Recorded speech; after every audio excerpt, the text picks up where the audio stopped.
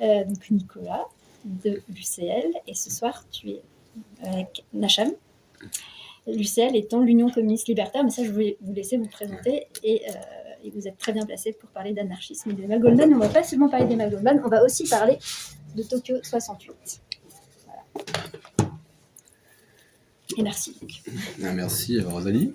Bonjour tout le monde. Donc comme tu disais, on est l'Union communiste libertaire, donc on est une organisation politique issue du courant libertaire, du mouvement ouvrier libertaire. Communiste libertaire, c'est-à-dire qu'on défend une société basée sur l'autogestion, la démocratie directe et inscrit dans le mouvement ouvrier, dans la lutte pour le socialisme.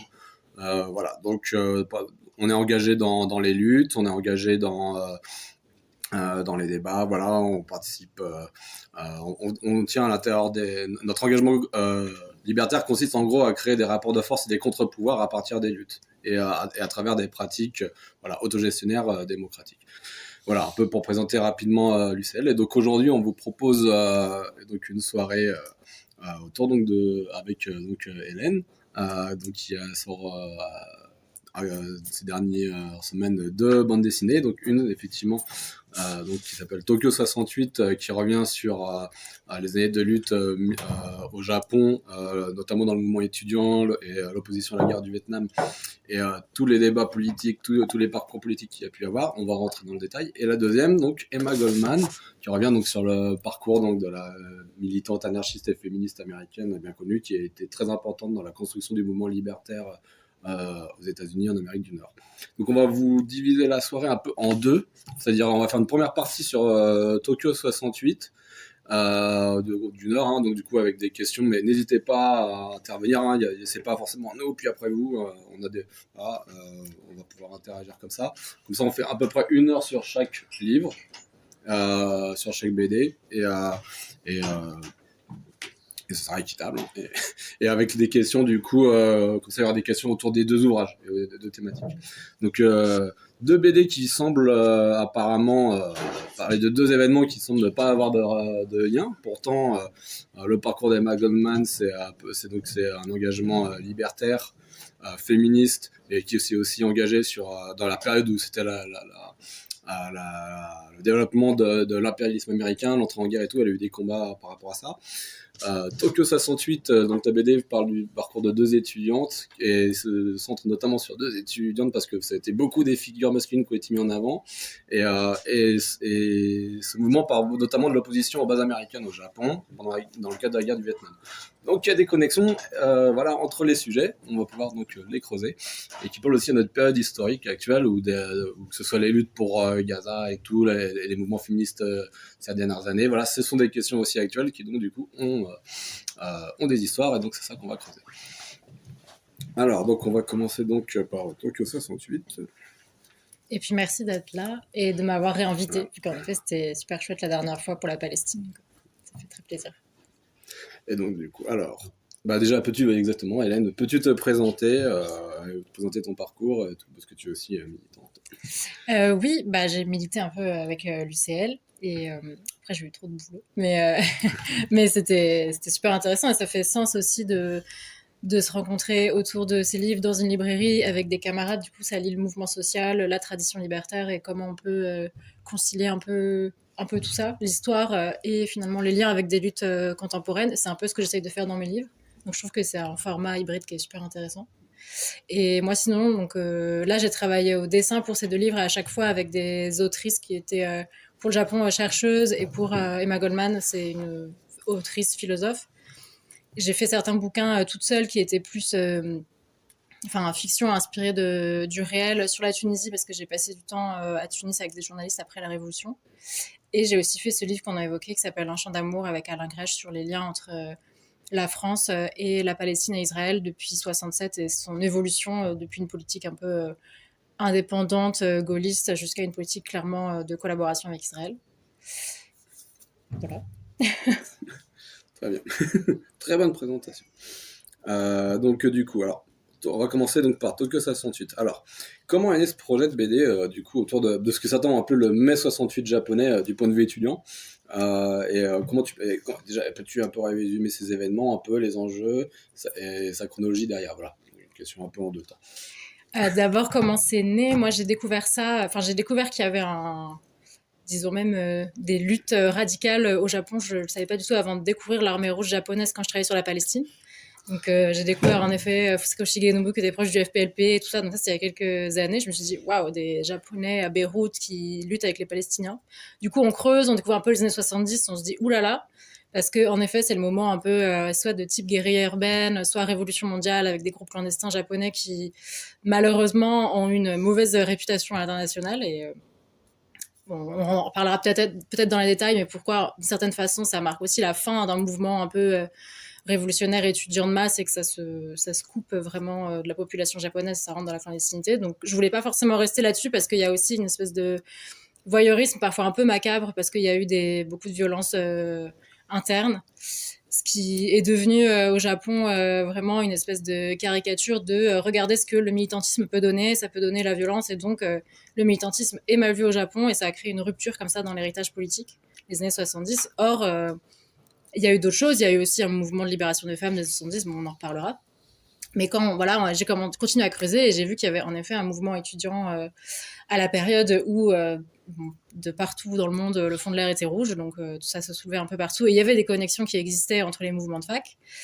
Et il y avait très peu de choses écrites en français pour le coup sur cette période-là. J'ai trouvé, enfin même tout simplement sur le mouvement social ou la pensée, même les expériences un peu de lutte et la pensée marxiste ou quoi au Japon. J'ai trouvé un vieux Actuel Marx de je sais pas quand qui parlait de ça, mais ce sont vraiment quelques articles peut-être, mais très peu. C'est il y a déjà pas mal d'années. Donc j'ai plutôt lu en anglais des bouquins. Il y a pas mal de choses qui ont été écrites. Mais c'est vrai que l'historiographie a vraiment mis en avant la place des hommes dans ce mouvement-là, comme dans d'autres mouvements étudiants d'ailleurs sur cette époque. Et ensuite, j'ai découvert le livre de Chelsea, que j'ai pris d'ailleurs, je pourrais montrer, mais bon, qui est en anglais. Quand j'ai découvert ce livre, ça m'a vraiment énormément plu parce que c'est inspiré de beaucoup de témoignages de femmes qui ont participé au mouvement étudiant. Et ça permet d'avoir une histoire très proche des vécus. Je vais y arriver. Pardon. Tac, voilà, c'est celui-là. Donc il est pas traduit en français, mais il est super, vraiment. Donc Coed Revolution, Coed, c'est pour co-educational et c'est le moment où il y a la mixité à l'université. Ce que ça a créé en fait dans la façon dont les étudiants s'organisent, parce que ça crée évidemment un bouleversement au niveau des stéréotypes sexistes dans la société japonaise, mais au sein aussi des mouvements dits progressistes ou quoi. Et donc j'ai contacté Chelsea tout bêtement parce que ça faisait quelques temps que je lisais des trucs là-dessus et que j'en parlais autour de moi et genre un peu personne connaissait. Enfin, c'était assez rare de trouver des gens qui connaissaient. Et je trouvais que ça pouvait. L'histoire après asiatique de façon générale est assez peu connue. Et c'est toujours intéressant d'essayer de se décentrer de ces références en général assez européennes et d'aller voir ce qui existe par ailleurs et comment il y a des analogies qui existent et en même temps des façons de faire qui peuvent être parfois assez différentes. Donc il y a beaucoup à apprendre là-dessus. Et Chelsea a tout été partante pour faire un livre. Donc, on a commencé l'expérience et j'en ai parlé à Nicolas de Libertalia, qui était partant aussi, qui lui-même trouvait que c'était un sujet qui n'était pas du tout connu et donc qui était intéressé par l'aventure. Et j'ai réussi à avoir une bourse aussi pour aller au Japon pour travailler un peu avec Chelsea et faire tout un sujet aussi de reconstitution un peu des lieux, parce qu'on a travaillé sur la fac qui s'appelle Todai, qui est la fac de Tokyo, qui est un peu la fac d'élite. Et il y a tout un quartier autour, qui est le quartier historique étudiant, qui s'appelle Kanda, où il y a plein de, je sais pas si parmi vous il y en a qui sont allés à Tokyo, mais bon. Et il y a beaucoup de librairies autour, il y avait plein de petits cafés, c'était avant un espace un peu où les étudiants se réunissaient et s'organisaient, et l'espace contre-culturel à Shinjuku était relié aussi, donc c'était important d'être sur place pour avoir les archives et vraiment l'espace géographique en tête. Et pour remettre en effet le contexte, en fait, on est d'une certaine façon dans l'après-guerre japonais et aussi dans la période de la guerre froide. C'est-à-dire que, en gros, à la capitulation japonaise, il y a l'occupation américaine de 45 à 52.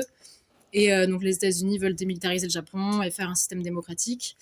Sauf que du coup, en 51, il y a le traité de paix qui est signé à San Francisco avec le traité de sécurité nippo-américain, qui fait que le Japon doit accepter de fait que les États-Unis gardent des bases militaires et des forces armées sur son territoire et à proximité.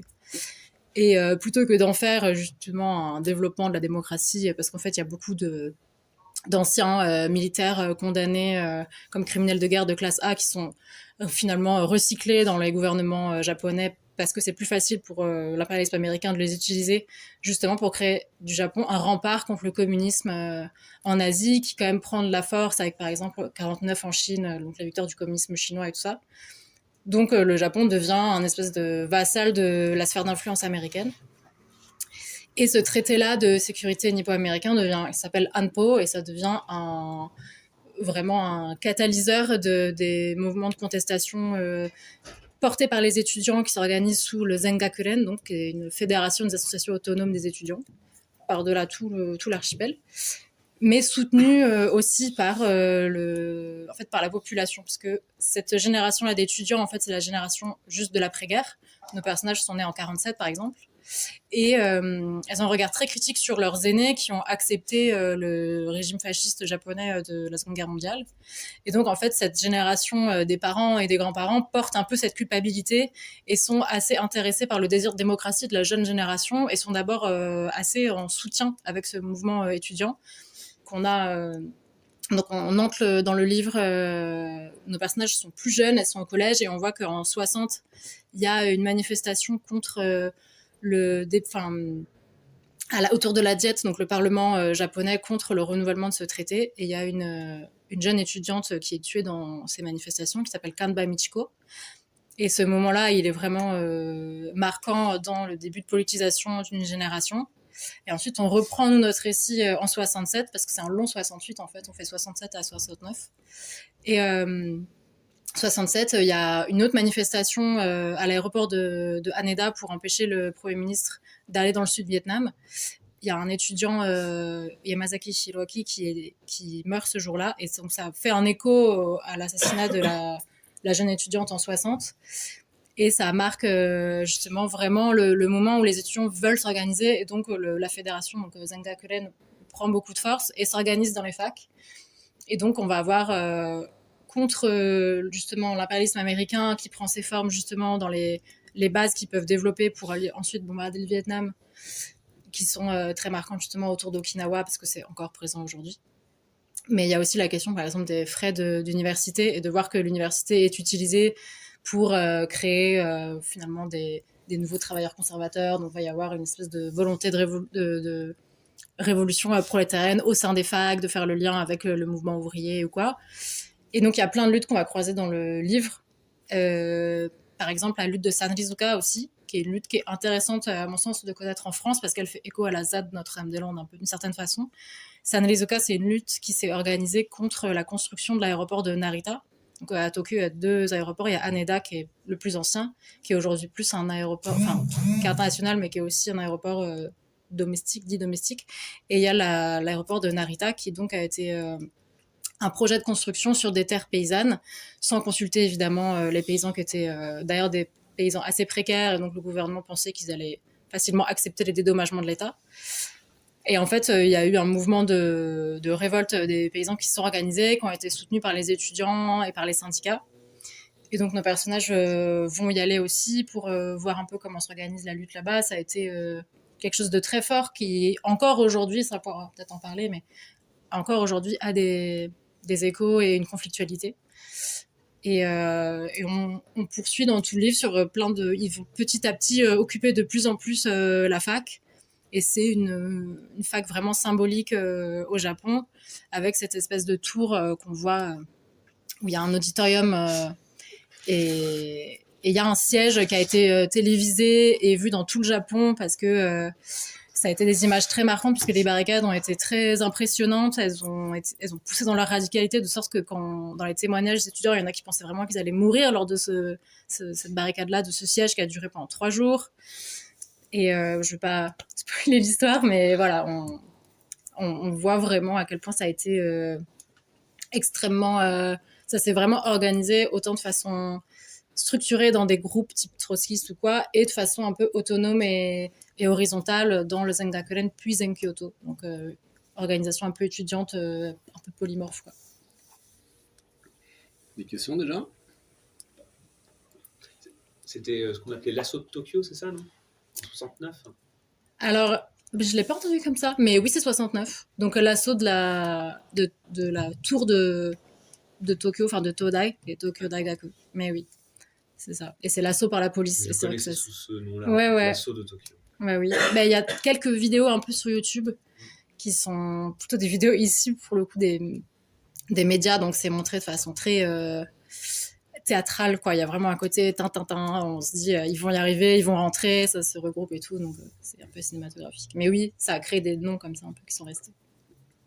Alors du coup, dans l'album, dans la BD, on suit le parcours de deux étudiantes qui sont amies et donc qui naviguent un peu entre les différentes factions gauchistes dont tu parles. Alors déjà, dans un premier temps, est-ce que tu pourrais présenter rapidement ces factions et un peu les enjeux qu'il y avait entre chacune voilà.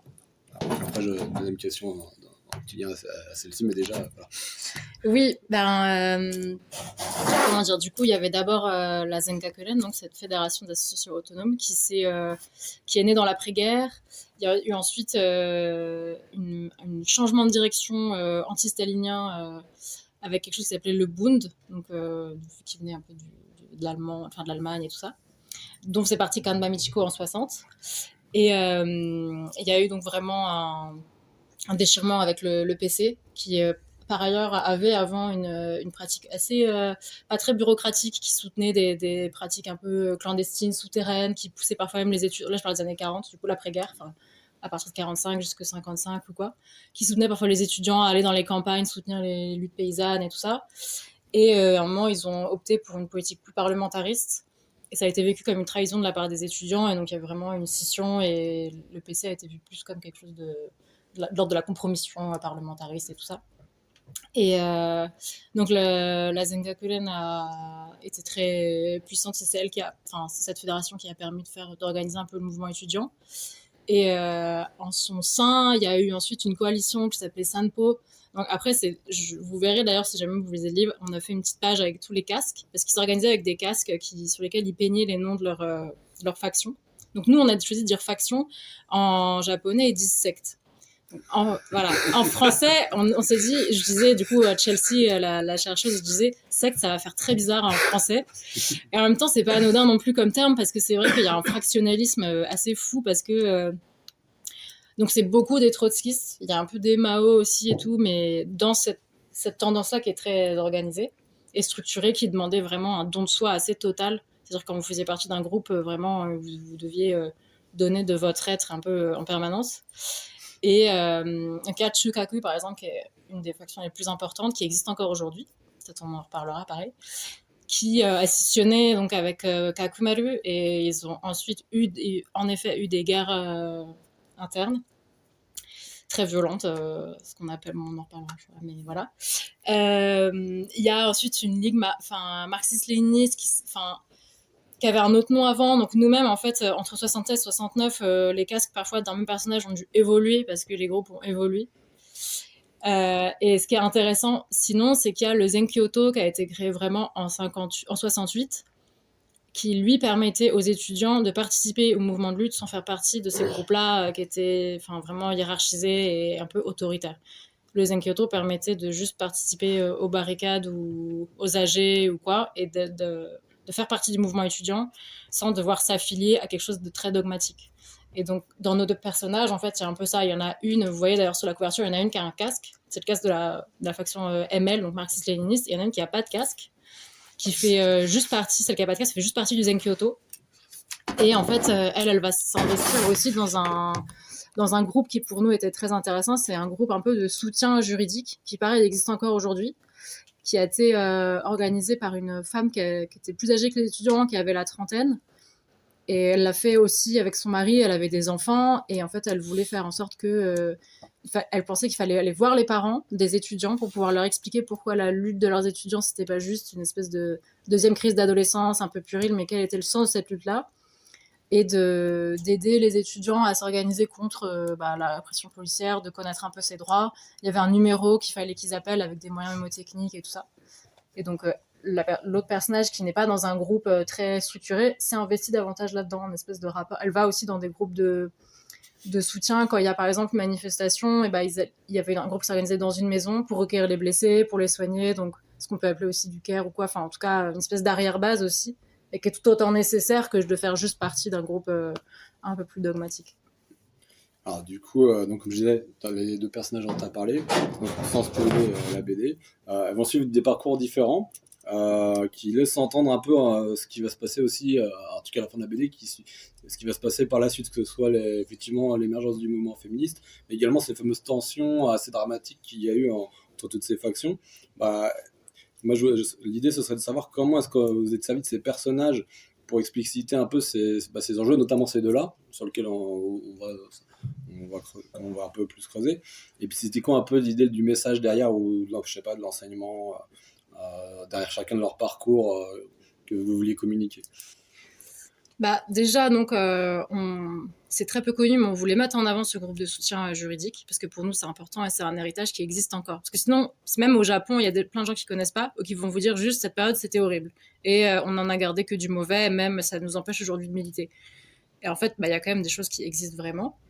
Et les deux personnages sont des filles et elles vivent toutes les deux du sexisme à différents endroits. Il y en a une qui voudrait être journaliste et en fait les journaux n'embauchent pas de femmes, donc elle n'y arrive pas. Il y en a une qui fait des études de médecine qui du coup est qu'avec des hommes dans les études de sciences, donc en fait elle vit aussi ce sexisme-là. Et en effet, à un moment on voulait pousser l'histoire dans les années 70, mais après ça faisait un peu un autre sujet en fait. Parce qu'il y a eu en effet un mouvement de libération des femmes, ça s'appelait Woman Libu, pour Woman Liberation, mais japonisé, et qui s'organisait de façon séparée, comme on a pu un peu avoir le MLF en France, avec du coup justement une approche sur la question de la sexualité, sur le corps, le droit à son corps en tant que femme. Il y a eu aussi une approche assez radicale sur la question de la violence politique, parce que il y a eu des femmes qui ont justement dans les groupes plus structurés, radicaux, qui ont exercé de la violence. Et donc les femmes nous on a voulu un peu le reproduire différemment à une moindre échelle, parce que c'est pas la même violence en 68 que dans les années 70, mais disons que là c'est deux amies, il y en a une qui va dans un groupe radical et qui est prête à prendre un bâton et à aller à la confrontation avec la police, l'autre qui veut pas trop et qui va plus dans le soutien aux manifestants. Et pour autant, elle veut garder un lien avec son amie. Tandis que l'autre, bon, je spoil un peu, mais c'est pas non plus mais non, mais c'est pas voilà. Mais tandis que l'autre juge aussi ce qu'elle juge comme un manque d'engagement. Et dans le mouvement des femmes, par exemple, il y a une pratique de ce qu'elles appelaient de solidarité critique, c'est-à-dire de soutenir des femmes qui étaient incarcérées pour de la violence politique. Alors que c'est parfois des actes vraiment extrêmement violents, on en reparlera, mais je sais pas, mais dans les groupes des années 70, il y a eu des purges internes, ils ont fini par s'entretuer certains, et parfois ça a été des femmes qui étaient à la tête de ces purges internes-là, donc le mouvement féministe se questionnait, qu'est-ce qu'on fait en effet, donc c'est une femme qui a un peu créé cette dynamique, et en même temps c'est de proposer une explication un peu sociologique et sur la structure patriarcale qui fait que veut dire cette violence-là exercée par une femme sur un groupe et tout ça. Donc, on n'a pas pu parler du mouvement de libération des femmes, mais c'est des petites choses qui sont présentes un peu dans leur relation à elles. C'est de voir comment aussi concilier une relation proche en ayant des stratégies politiques très différentes. Et on voulait pas tomber justement dans un discours à la fin de dire, bah voilà, en fait, les gens qui sont radicaux, c'est mal. En fait, parce en plus là, en vrai, c'est des manifs qui restent assez... qui sont des manifs, je sais pas, un peu engagées, mais qui sont pas du tout celles de l'ordre de la guérilla urbaine. Donc, ça restait assez facile à défendre, entre guillemets. Allez-y, hein, si vous avez des questions. Oui. C'est juste les deux personnages, c'est des vrais personnages ou c'est C'est des personnages fictifs, inspirés de certains personnages et témoignages plus que Chelsea, du coup, a connu. Mais c'est plus facile scénaristiquement de créer des personnages pour dire aussi ce que tu veux, parce que parfois... Et puis il y a quand même un traumatisme aujourd'hui qui existe, qui fait que les gens n'ont pas forcément envie de parler de leur engagement politique encore aujourd'hui. Certains veulent, mais certains veulent pas. Donc, et ça engage autre chose de parler de l'histoire de quelqu'un, quoi. Enfin, on peut pas dire ce qu'on veut après et tout. Et on a une idée sur la représentativité des femmes dans ces mouvements-là à l'époque? Elles étaient minoritaires quand même, hein, mais elles étaient présentes. Ce dont on parle, qui est assez présent, on a travaillé pas mal d'archives où on voit des femmes qui sont dans les barricades et tout ça, mais il y avait quand même un peu une différenciation genre et des tâches, Type, c'est beaucoup elle qui faisait la bouffe dans les barricades et qui faisait le ménage, enfin les trucs un peu classiques qui ont été critiqués dans les années 60, même dans les mouvements militants. Comme en France. Oui, enfin, oui, voilà. D'où le fait qu'ensuite elles se sont organisées de façon séparée. Ouais, moi, j'ai une interrogation des fois quand j'entends parler des allées rouges en fait, 70 au Japon, quoi. Je me dis, mais en fait, comment dire, il y a un problème avec le communisme asiatique ou alors il y a un problème avec le communisme de ces années-là, quoi, parce que quand on voit un petit peu le niveau des fois de sectarisme, d'emprise sur l'individu, d'obéissance aveugle, de militarisme, etc., qu'il y a eu dans l'extrême gauche à l'époque, mais enfin c'est un truc qu'on retrouve au Japon, et après je parle même pas du Cambodge, du Vietnam ou de la Chine, quoi, mais il y a une explication, il y a des interrogations anthropologiques ou sociologiques sur la question. Je pense qu'il y a un peu les deux qui existent, c'est-à-dire qu'il peut y avoir une tendance de vouloir expliquer ça. Bon, déjà, en effet, je pense qu'il y a un rapport quand même la structure autoritaire, un truc un peu confucianiste aussi, de genre la question, voilà, la question du groupe et tout ça. Après, sans vouloir, on voulait non plus pas parler de ces années justement pour éviter peut-être un biais un peu de se dire justement ces Japonais qui sont un peu dans une approche toujours un peu radicale et manichéenne, quoi. Genre, soit une extrême violence, qui sont capables de s'exercer sur eux-mêmes, parce que ce qu'ont pu faire des groupes, l'armée rouge japonaise, où ils ont pu faire des attentats suicides ou des choses comme ça. Soit d'avoir au contraire un extrême détachement, de jamais s'investir. Il y a un entre-deux qui a existé dans les années 60, mais c'est vrai que ça a été théorisé. Par exemple, il y a un terme qui s'appelle Uchi-geba. Donc, Uchi, c'est la maison, et Geba, c'est pour Gewalt, qu'ils ont utilisé de l'allemand pour dire violence. Donc, c'est la violence dans la maison. Et c'est un terme qui est aussi critiqué, que certains ne veulent pas utiliser, mais c'est pas pour rien que ça a été théorisé comme terme, quoi. Parce qu'en effet, c'est la violence interne, en gros. Violence dans la maison, donc violence entre les groupes. Parce que, par exemple, du coup, entre Chukaku et Kakumaru, qui sont deux groupes qui ont scissionné déjà dans les années 60, on voit comment il y a une embrouille dans la fac. Mais dans les années 70, ils se sont en effet entretués. Il y a eu des dizaines de morts et des milliers de blessés, quoi.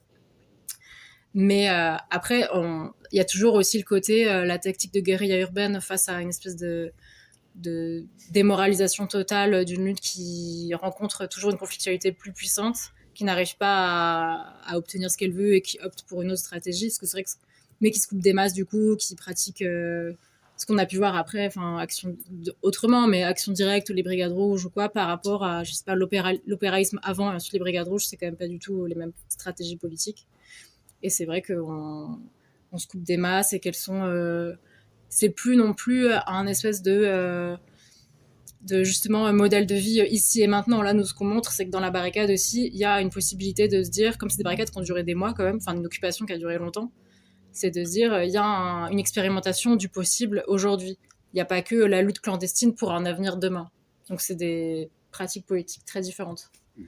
Mais après, j'ai pas d'explication totale de comment... J'ai dit un peu par provocation de ce Non, mais asiatique, hein, ouais. parce qu'en fait, en réalité, moi, je connais plus le courant libertaire, hein, mais dans les années 1920, que ce soit en Chine ou au Japon, le mouvement du printemps 1919 en Chine, ou même l'anarcho-syndicalisme japonais dans les années 20, c'était des mouvements qui étaient beaucoup plus portés sur l'émancipation de l'individu.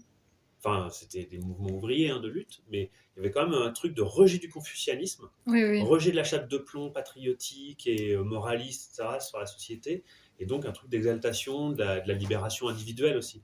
Et qui me semble, c'est le jour et la nuit avec les années 70, quoi, en fait. Après, c'est vrai que là, il y a eu quand même l'influence maoïste, je pense aussi de l'autocritique. Enfin, c'était un truc qui était hyper pratiqué. Mais franchement, par ailleurs, moi, je suis en train de lire un livre qui s'appelle Le Prophète Rouge. Je sais pas si vous l'avez vu. C'est vrai que quand on lit ça, on se dit, ah ouais, quand même, quoi. Et c'est vrai que les héritages du maoïsme sont quand même assez fous, et c'était très présent. Par exemple, du coup, il y a un groupe qui a fait une purge interne parce que c'était pendant plusieurs jours, ils ont fait des pratiques d'autocritique. Juste pour ceux qui ne savent pas, c'est quoi Le Prophète Rouge ? Oui, pardon, c'est une espèce de livre enquête. Je sais pas si elle est sociologue, chercheuse ou sociologue, ouais, c'est ça. Sur un groupe qui s'était organisé autour d'un militant qui s'appelait Fernando, qui c'est en plus un peu une espèce de mystification a priori, qui aurait été réfugié républicain, qui aurait été au Portugal et tout ça, et comment ce groupe est devenu une espèce de complètement ça s'appelle La Révolution, le charisme et la domination, je crois, en sous-titre. C'est une secte. Voilà, et en fait c'est vraiment, et du coup c'est un abandon de soi total, derrière un projet politique d'ouvrir un lieu en lien avec le travail sans papier et tout ça, mais les gens cessent d'exister en tant qu'individus parce qu'ils pratiquent, et ça c'est très intéressant, et c'est absolument présent au Japon par exemple, ils pratiquent des réunions d'autocritique permanentes. Et donc il y a tout le temps des comptes rendus écrits, de se dire je reconnais, j'ai fait ça, j'ai fait ceci contre le groupe et tout ça, et donc c'est... Pour le coup, c'est pas le confucianisme, c'est peut-être il y a une réflexion quand même sur l'éducation religieuse dans des personnes qui ont participé au groupe Mao dans ce livre-là. Au Japon, ça peut être plus le confucianisme, mais en tout cas, il y a ce truc assez fou. Et par contre, autant dans les années 20, enfin, ou même début du 10e siècle, il y avait la revue Saito, par exemple, qui était une revue féministe qui prenait quelque chose d'émancipation. Et pareil, le mouvement de libération des femmes a été quelque chose plus de l'ordre de l'émancipation, de créer des communautés aussi où elles pouvaient vivre parfois avec leurs enfants, parce qu'au Japon, c'était impossible de faire un enfant hors mariage, donc quand ça arrivait, il fallait essayer de créer de la solidarité concrète dans des endroits, donc vraiment des expériences politiques complètement différentes, quoi. Mais oui, là, c'est du... Mais par ailleurs, on ne parle pas trop de sectarisme dans le livre. C'est plus les années 70, et c'est ce qu'on voulait aussi éviter, quoi. Enfin, de se dire qu'il y a eu un moment d'auto-organisation des étudiants qui voulaient lutter contre l'impérialisme et dans leur fac. D'autres questions? Alors, donc, comme on l'a dit, l'origine du mouvement, c'est l'opposition à l'alignement japonais donc, sur l'impérialisme américain, et dans le cadre de l'installation de ces bases américaines, et qui servait notamment Okinawa à bombarder le Vietnam. Hein. Donc on est dans les années où il y a partout dans le monde un mouvement d'opposition à la guerre du Vietnam, donc qui résonne un peu partout dans le monde. Les mouvements qu'il va y avoir dans les facs, y compris du mai 68, ça résonne aussi avec les mobilisations donc, contre la guerre du Vietnam, donc c'est exactement là-dedans aussi que ça s'inscrit. Et ça fait un peu écho encore aujourd'hui, du coup, ça peut faire écho aujourd'hui, du coup, aussi aux mobilisations actuelles qu'il y a d'opposition au génocide à Gaza, qui ont lieu là actuellement dans plusieurs villes du monde. D'une part ça, et puis d'une part aussi le contexte un peu encore plus général de remontée des tensions, notamment en Asie, avec Trump, enfin les États-Unis, la Chine, etc. Toutes les conflictualités qui concernent aussi la France, hein, par ailleurs, hein, avec la Kanaki, on le voit. Donc à nouveau le remontée des tensions anti-impérialistes qui nous interpellent et donc nous interroge et interroge les mouvements sociaux et les mouvements étudiants. En quoi ces événements-là ils peuvent nous inspirer, et surtout et plus précisément qu'est-ce qu'on sait actuellement donc au Japon de ce qui est connu de cette histoire, que ce soit au sein de la gauche japonaise, comment elle peut être source d'inspiration, mais aussi d'enseignement, hein, par rapport aussi aux dérives qu'on a vues. Bah, c'est sûr que moi, quand j'étais en train de le faire, il y avait le début des mouvements d'organisation, même dans les facs qu'il y a eu sur la question de Gaza, et pour moi, il y a eu un lien direct qui s'est créé. Mais aujourd'hui, au Japon, il y a encore des luttes en fait, qui existent. C'est vrai qu'elles sont très minoritaires et pas très médiatisées, voire pas du tout médiatisées, mais parce en plus, avec la première ministre et tout ça, on voit quand même qu'il y a une tendance ultranationaliste qui prend le pas, mais il y a quand même une opposition qui existe. Le groupe dont je parlais, Chukaku, il existe encore. Il essaie de se renouveler et de se séparer un peu de son héritage, vraiment sa mauvaise réputation un peu sanglante, en ayant une nouvelle génération qui s'investit dans le groupe. Il y a d'ailleurs un bâtiment qui est encore présent dans Tokyo, bon, qui est un peu forteresse et tout ça, mais donc il y a quand même encore quelques milliers de militants quand même dans Chukaku au sein du Japon.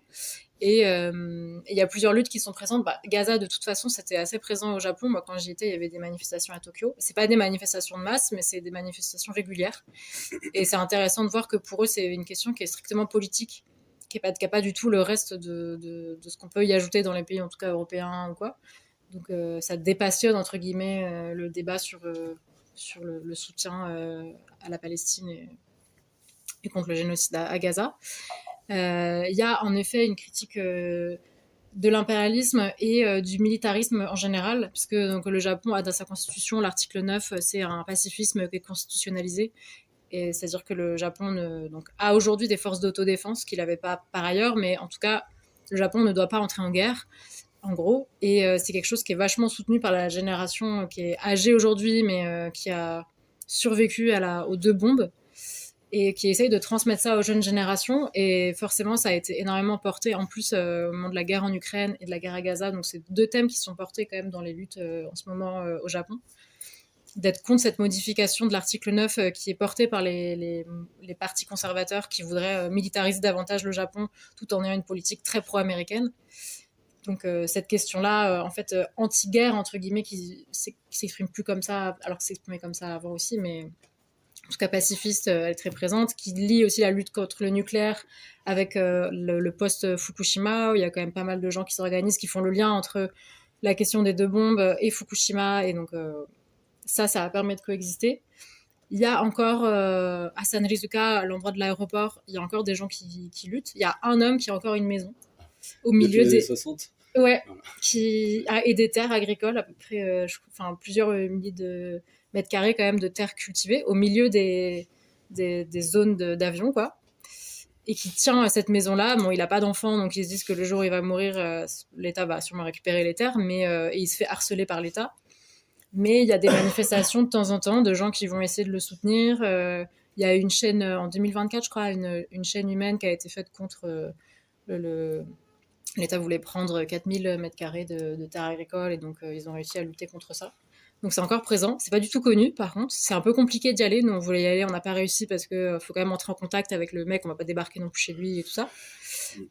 Mais en tout cas c'est assez intéressant de voir que ça existe toujours, et même sur ces terres-là, il y a eu par exemple des rave parties qui ont été organisées par un collectif queer qui s'appelle Waifu, et qui s'organise sur les questions queer et LGBT, mais en voulant lier la question des safe places et la question de la fête et de la pratique un peu joyeuse et militante. Donc ils ont organisé ça, une espèce de rave anti-impérialiste et anti-étatique sur les terres de Sanrizuka. Donc il y a un peu des trucs qui existent en fait en réalité sur les questions féministes et queer, il y a pas mal de choses aussi, mais qui restent à la marge évidemment.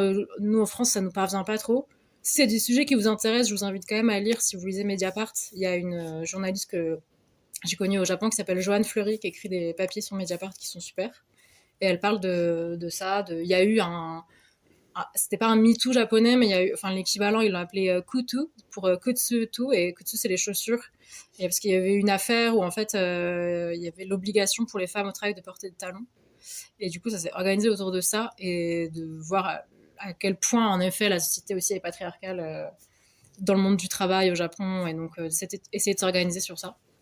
Donc il y a quand même pas mal de choses qui continuent de se faire, c'est juste que ça reste assez à la marge, et quand même très urbain aussi, mine de rien. C'est beaucoup il y a pas Tokyo, à Kyoto, il y a aussi un très vieux le plus vieux dortoir universitaire du Japon, qui date de ces années-là un peu, et qui est en menace d'expulsion parce qu'en fait les frais d'université augmentent dans tout le Japon, et ils détruisent des vieux bâtiments pour en construire des plus chers, et donc les étudiants n'arrivent plus à se loger.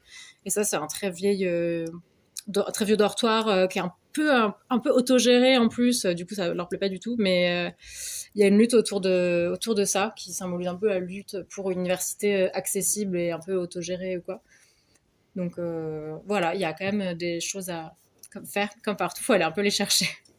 D'ailleurs, je crois qu'en 68, ils revendiquaient à un moment donné, les étudiants, l'autogestion de l'université. Oui.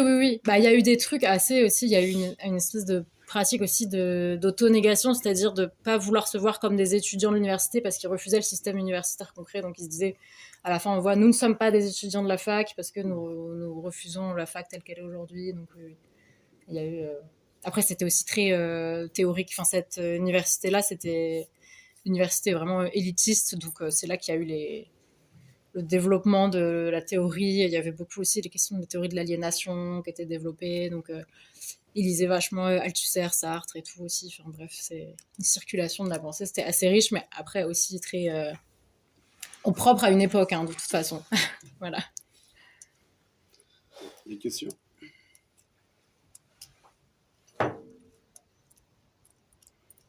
Alors moi sinon j'en avais une une dernière peut-être après qui peut faire le lien avec la suite, parce qu'il ne reste pas un quart d'heure.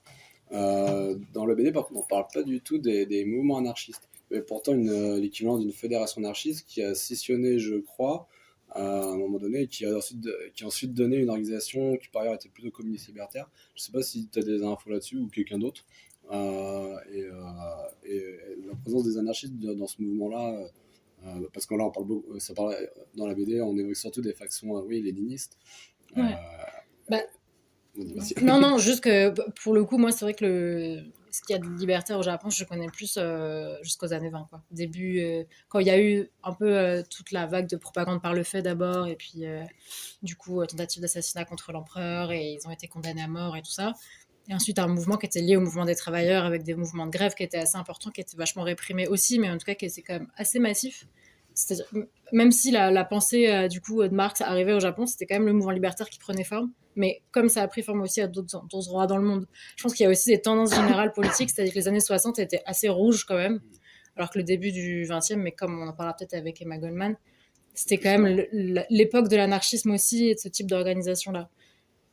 Pour le coup, les années 60, j'ai pas. Enfin, il y a certains groupes qui pouvaient se revendiquer d'une approche un peu anarchiste, mais après, par exemple, parmi les groupes des années 70, donc il y a l'Armée rouge japonaise qui était pour la Révolution mondiale et donc en lien avec le FPLP en Palestine et tout ça.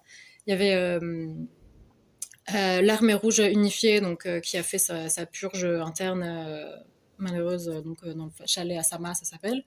Et il y a ensuite le Front armé anti-japonais est-asiatique, qui est pas très connu, enfin qui est connu au Japon mais pas chez nous, et qui a fait qui prenait la guérilla urbaine mais dans une approche parfois un peu nihiliste aussi, mais qui voulait revendiquer des approches anarchisantes, en tout cas dans ce qu'ils en disent, qui considérait en gros que le Japon moderne reposait sur en fait le Japon colonial, et que donc il fallait quelque part mettre à mal ce privilège-là et voir qu'il y avait des colonisés de l'intérieur, c'est-à-dire le peuple Ainu à Hokkaido dans le nord et le royaume de Ryukyu, donc Okinawa dans le sud, qui sont des peuples en fait autochtones, c'est-à-dire qu'il y a le mythe d'une espèce d'homogénéité ethno-raciale au Japon qui n'est pas du tout vrai. Donc ce groupe-là voulait mettre ça en avant et mettre en avant l'histoire coloniale qui est toujours très mal digérée, et ça va pas aller en s'améliorant, mais et qui a fait des attentats à la bombe, du coup, le plus connu étant du siège du Mitsubishi, qui a en effet fait son développement sur les différentes guerres coloniales, mais du coup, c'est ce qui prône, a priori, c'est des inspirations anarchisantes, mais ce que tu m'évoques, moi, je connaissais pas plus que ça. Donc si tu as des ressources. moi non, je sais pas si quelqu'un d'autre en a. Donc plus des pratiques, par contre, dans le cadre du mouvement quand même. Oui, après, il y avait des trucs un peu... De toute façon, en fait, à part... on voit une scène où il y a une espèce d'AG, et puis il y a des gens qui montent sur scène et ils ont des casques, et les étudiants crient dans la foule « Enlevez vos casques ». Et c'est vrai que justement, de pouvoir s'organiser dans le Zenkyoto, c'est-à-dire sans revendiquer une appartenance à un groupe. Parce qu'en fait, la majorité des étudiants ne faisaient pas partie des groupes. C'était des trucs très minoritaires. Donc il y avait majoritairement une organisation un peu spontanée, un peu polymorphe et du coup un peu plus horizontale finalement. D'accord. Alors, moi j'avais posé mes questions, mais alors, allez-y si vous avez des questions, que ce soit sur la BD, sur cette période historique ou même sur le Japon actuellement. Voilà. Est-ce qu'il y a des questions? Et merci pour tes questions. Bon. Si vous n'êtes pas fatigué, Si vous n'êtes pas fatigué, du coup, on continue. On va enchaîner. Les travailleurs aiment leur travail quand ils peuvent l'aimer. Quand ce travail est fait par eux, pour eux et pour le bien commun.